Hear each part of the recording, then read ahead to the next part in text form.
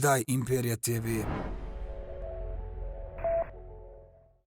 Sara, kada si ušla u prostorije hotela, svi su prvo iskomentarisali, bože, ovako treba da izgleda jedna svetska zvezda na jednom ovakvom pojavljivanju.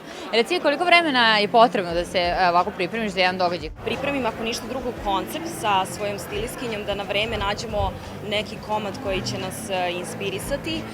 Ove večeri Nataša Pejović, sa kojom nisam imala prilike do sada da sarađujem, ali sam videla mnoge kreacije koje su me oduševile i ona je specijalno za ovu priliku poslala iz Crne Gore i nekako naspram ovog efektnog komada smo uklopili frizuru, šminku i sve ostale detalje. Činjenica je da se trudiš kako ćeš se izgledati na jednom javnom pojavljivanju. I nedavno smo se isto družile, na jednom izgledala si i zadivila sve prisutne. Reci mi, koliko je to važno u ovom poslu i koliko se to generalno ceni sada kod nas? Zavisi od osobe do osobe. Ja iskreno uživam u svakom detalju, u smislu da volim da postoji, kao što sam malo pre spomenula, koncept, da postoji koncept za sve.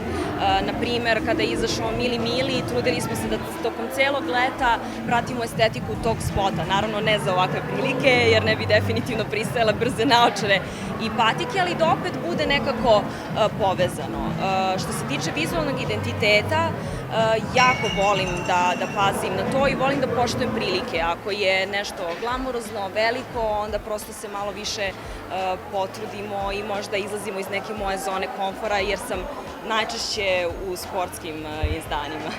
Ko te inspiriše za javne nastupe? Zavisi. Za nastup zapravo mi je polazna tačka konfornost, opet da bude preefektno. Definitivno ne bih mogla da nastupam u štiklama, tako da se trudimo da nadomestimo nekim ekstravagantnim komadima. Naprimer, proteklog vikenda u Sarajevu smo uklopili trenerku sa jednim perjanim korsetom i kada vidiš da je sve kao opušteno, ali opet dovoljno efektno za scenu. Tako da bitno samo da je osmišljeno. Sad, kako je Raja u Sarajevu prihvatila taj styling, kako je prihvatila Saru Jo i da li ti generalno svojom harizmom i namećeš neke trendove? Ja moram priznati da ovo što smo doživeli u Sarajevu nas je potpuno borilo s nogu i to definitivno ubrajamo kao jedan od najboljih koncerata do sada. Neverovatno kako su zahvalna publika, energična i nekako prisutna od samo starta do kraja koncerta, tako da smo beskrajno zahvalni i jedva čekamo da se vratimo. Reci mi, kad smo već u Sarajevu, ne možemo naravno da preskočim i Bubu i Džalu, negde se na tim forumima i na komentarima kako šta da izbaciš, što ti, što oni, pitaju se svi zašto vas nema negde zajedno. Nismo imali prilike nigde da se sretnemo. Da li priželjkuješ? Sem na Music Weeku.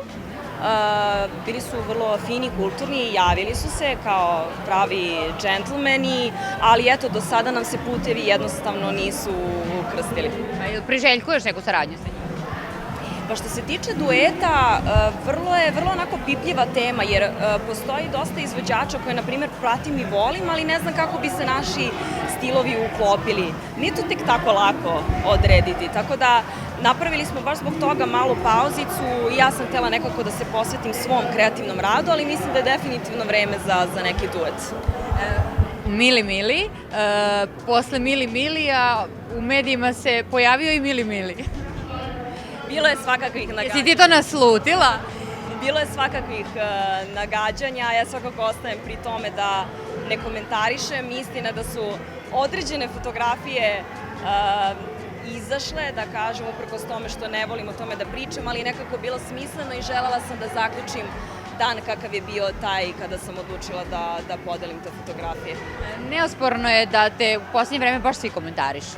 Što zbog dobrih pesama, što zbog posvećenih nastupa, što zbog fizičkog izgleda, koji se dopao i određenim youtuberima. Da li si videla njihove komentare i kako si iskomentarisala pesmu Bake Praseta koji je rekao da si ti žena njegovog života?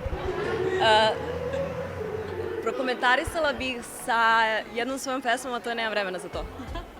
Dobro, to smo čuli. Reci mi, kako ćeš do nove godine? Imaćeš nastupe? Vredno, radno, jako se radujemo. Htjela sam pitam da li ćeš na odmor? Nećemo ovako ekipno još uvek na odmor. Poželeli smo da ove jeseni budemo fokusirani najviše na nastupe, a naravno i studijskom radu. Krčka sam svašta nešto u studiju. Jedan projekat nas je malo omeo, ali se sada vraćamo jači, brži nego ikad. I za sam kraj, u čije koži se najbolje osjećaš? Aludiram na TLZP. Dok sam učestvovala u Tvoje lice zvuči poznato, ima nekoliko nastupa u kojima sam posebno uživala. Naravno, Britney, Shakira, Katy Perry, a i neki koji su potpuno bili neočekivani, na primjer Oliver Mandić. Da. Da li je to san, taj negde crveni tepih, negde u Americi? Da se Su ambicije? Iskreno ne razmišljam nešto preterano o karijeri van naših granica. Ja bih baš voljela da stvorim neku jaku, čvrstu priču ovde kod nas i da ostvarim neki kontinuitet.